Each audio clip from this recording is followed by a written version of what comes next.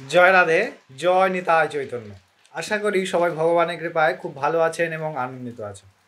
আমরা প্রতিনিয়ত প্রচেষ্টা করি শ্রী ভগবানের কথামৃত শ্রীমদ্ ভগবদ্গীতা প্রাত্যহিক সকালে এবং প্রত্যেকটি বার ব্রত এবং উপবাস সঠিক সময় আপনাদেরকে শাস্ত্র সিদ্ধান্ত মতে প্রদান করার প্রচেষ্টা করি, অবশ্যই ভগবত কৃপা এবং শ্রী গুরু কৃপার প্রভাবস্বরূপ।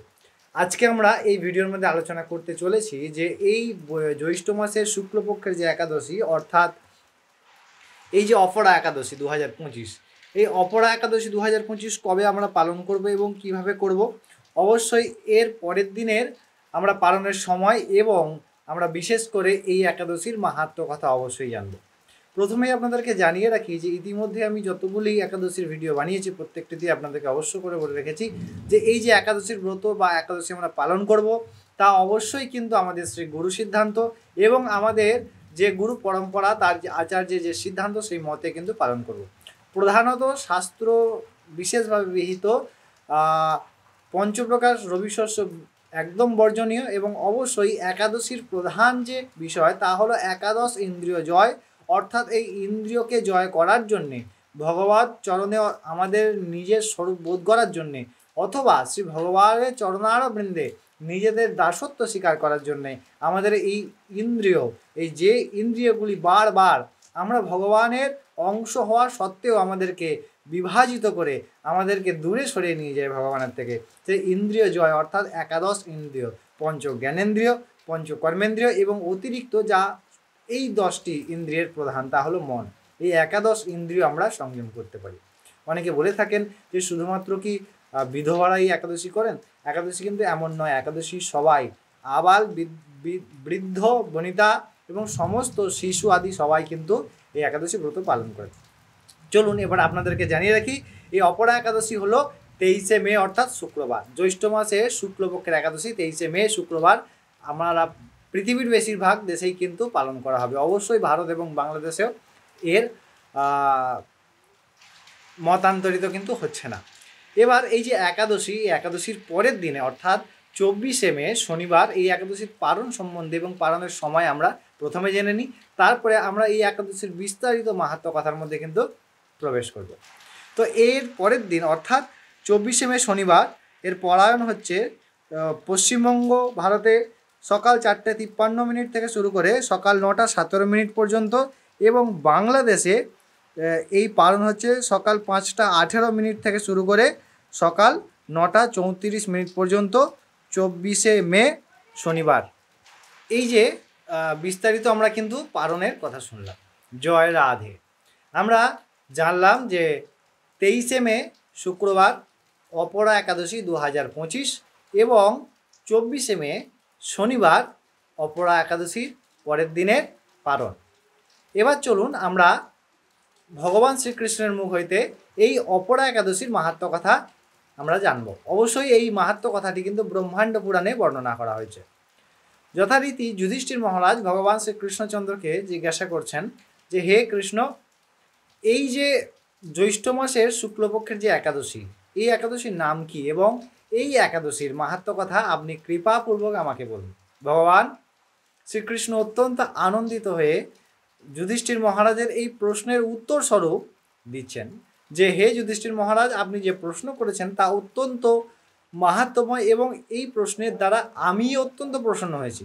ভগবান প্রসন্ন হওয়ার কারণ, হচ্ছে ভগবান তখনই প্রসন্ন হন যখন আমরা তার অংশস্বরূপ, তো তাই তিনি আমাদেরকে সব থেকে বেশি ভালোবাসেন, যেহেতু নিজের অংশ, তাই ভগবান নিজের অংশকে সবসময় বেশি ভালোবাসেন। তা আমরা দোষ করি বা আমরা কোনো ভালো করি বা খারাপ করি, তাই ভগবান চান যাতে আমরা কষ্ট না পাই।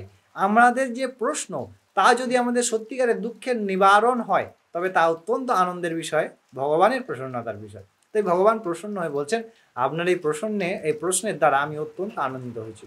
অবশ্যই এই মাহাত্ম্য কথা আমি আপনাকে বলবো, তবে বলে রাখি যে এই একাদশী অর্থাৎ জ্যৈষ্ঠ মাসের শুক্লপক্ষের একাদশী তাহা অপরা একাদশী নামে অভিহিত বা পরিচিত। এর মাহাত্ম্য কথা আমরা ভবিষ্যৎ ব্রহ্মাণ্ড পুরাণে জানব। প্রথমেই ভগবান বলছেন যে মহাপাপ বিনাশী এবং মহাপুণ্য প্রদায়ী এই একাদশী ব্রত। এবার এই ব্রত যদি আমরা সকামভাবে করি তাহলে এই ব্রত কিন্তু আমাদেরকে নির্দিষ্ট কামনা পূরণ করতে সক্ষম, এবং এই ব্রত যদি আমরা নিষ্কামভাবে করি তাহলে সেই নিষ্কাম ব্রত কিন্তু আমাদেরকে সেই ভগবত চরণারবিন্দ প্রাপ্তি করাতে সক্ষম। তো ভগবান শ্রীকৃষ্ণ বলছেন, যদি কেউ মিথ্যা কথা, জুয়া খেলা, অসৎ কর্ম ইত্যাদি করেও থাকেন, তবে এই একাদশী বিশেষভাবে পালন করলে, শাস্ত্রসম্মতভাবে পালন করলে, তবে একটি